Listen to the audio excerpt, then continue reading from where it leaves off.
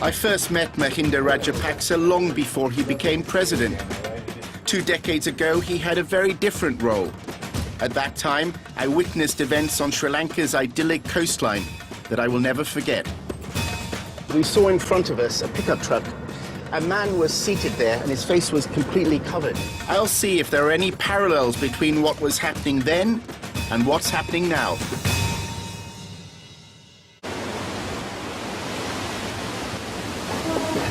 I first reported from Sri Lanka long before the West began listing terrorist organizations. I'm traveling south from the capital, Colombo. I followed this route 2 decades ago when the government was facing a very different rebellion. The south is poor and rural, and there are hardly any Tamils here. At that time, the rebellion was led not by Tamils, but Sinhalese nationalists. The People's Liberation Front, or JVP, was fiercely patriotic, but also revolutionary. It demanded the overthrow of the state. Under its leader, Rahana Wijayavira, the JVP assassinated policemen and government officials. A bomb planted by the JVP exploded at a political meeting a few meters from me. 1 man died. The JVP exploited the fears of the Sinhalese in the south. They accused the government of making too many concessions to the Tamils and their allies in India. But it was not the violence of the JVP that brought me here. It was the government's response, a counterinsurgency that I found brutal and shocking. What I witnessed then remains vivid today. There was a curfew overnight, and I used to awake to the smell, the acrid smell of burning rubber. And in the beach just behind me, I remember finding a boat stuffed with the bodies of young men with tires around their necks, and they were still smoldering, having been set alight overnight. It was a deliberate message by the government to say, this is what is going to happen to any of your brothers and sisters or children who are challenging the authority of this government. At least 40,000 disappeared.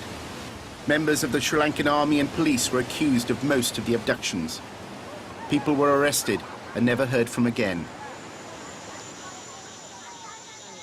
Oh, Bowen. Oh, Bowen. I returned to see a woman whose son was taken 20 years ago and never came back. Thank you. What do you remember of the day he disappeared? The ones who took him away were in police uniform. The bus that took him was parked at Beliata police station. But when we went to the police station to ask, they said they had no idea where my son was. She has no picture of her son, just a certificate that says the cause of death is unknown. We don't know anything about the death, how he died. We only know that he was taken away in a vehicle. We don't know anything else. I spend my time now in sorrow.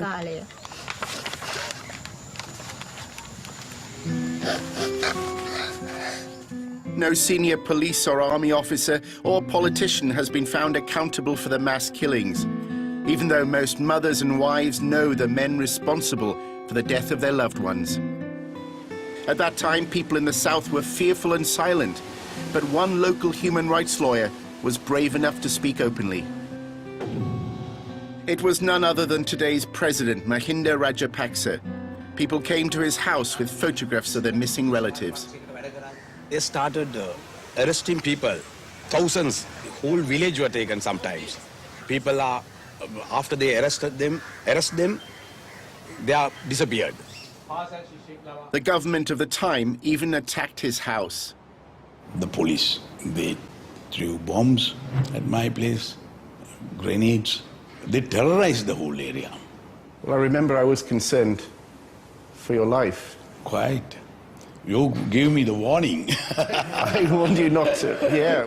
That's right. Otherwise, I would have gone there and gone to that village. They would have just killed me. It was the president who, back then, arranged for me to meet gunmen from the JVP. He shared with them the fears that fuel Sinhalese chauvinism.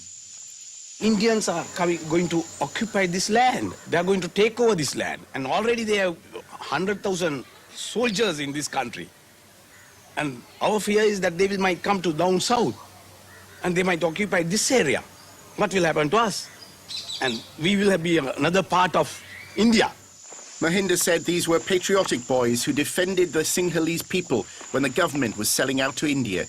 They certainly weren't terrorists. That time they never called them terrorists. They always used the word of insurgents.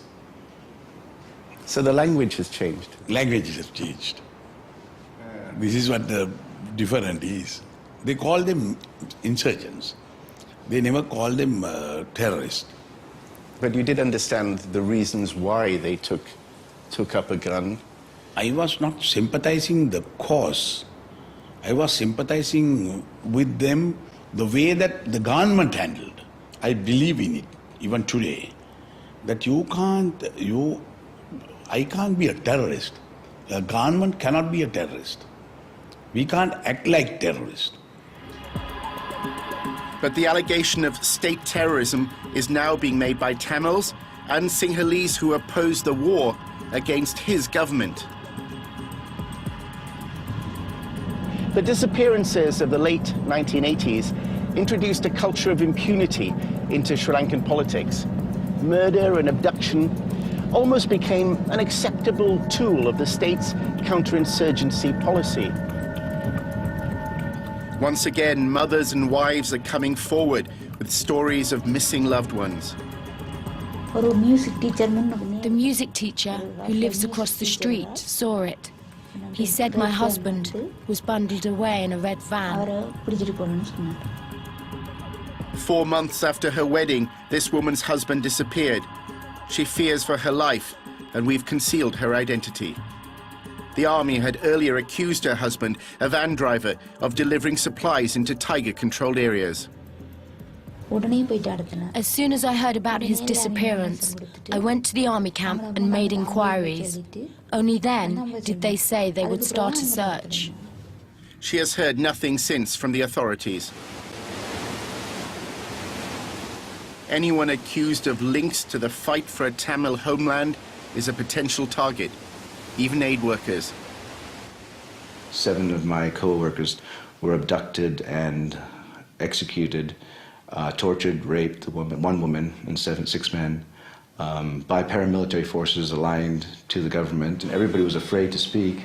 I mean, over the last 2 years, there's been about 2,500 disappearances of Tamils. Bodies are just found on the side of the road. Tamils with their hands bound and signs of torture. There are checkpoints throughout the capital, Colombo. They're intended to detect Tamil tigers infiltrating from the north. But the controls have instilled fear amongst the 300,000 Tamils living in the city. Critics of the government have been silenced. To oppose the war is seen as an act of treachery. Journalists can't speak, they can't write, the parliamentarians can't open their mouth, anybody can arrest at any time, the business people can't live, they can be abducted, millions can be taken. By whom? By the armed forces, by the paramilitary groups working with the armed forces. Does it disappoint you that some of the human rights groups now are making the same allegations against your government? That Yes, I'm very disappointed with them, you know. Most of these people are paid agents. the human rights groups? Some of the human rights groups here. And some, of course, is misled by the propaganda of the FGT. I have given clear instructions to the army, the forces, and the police that they can't take a man without a warrant. After this president comes to power, within the last 3 years, 4 of our parliamentarians were killed or murdered by this regime, I will say. I am advised by so many people, don't criticize the government. As a parliamentarian, don't I have the right to speak? But I am having the fear within myself.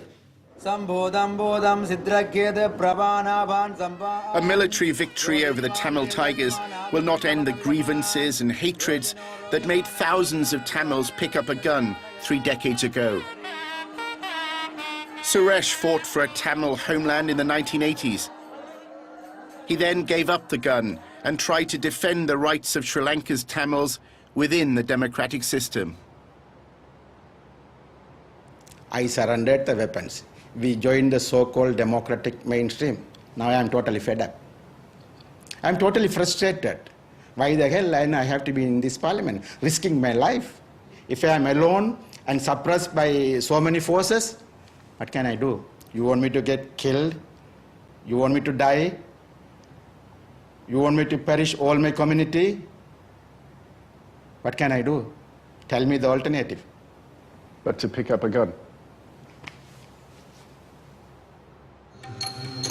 The Sri Lankan government wants to extinguish the idea of an independent Tamil homeland.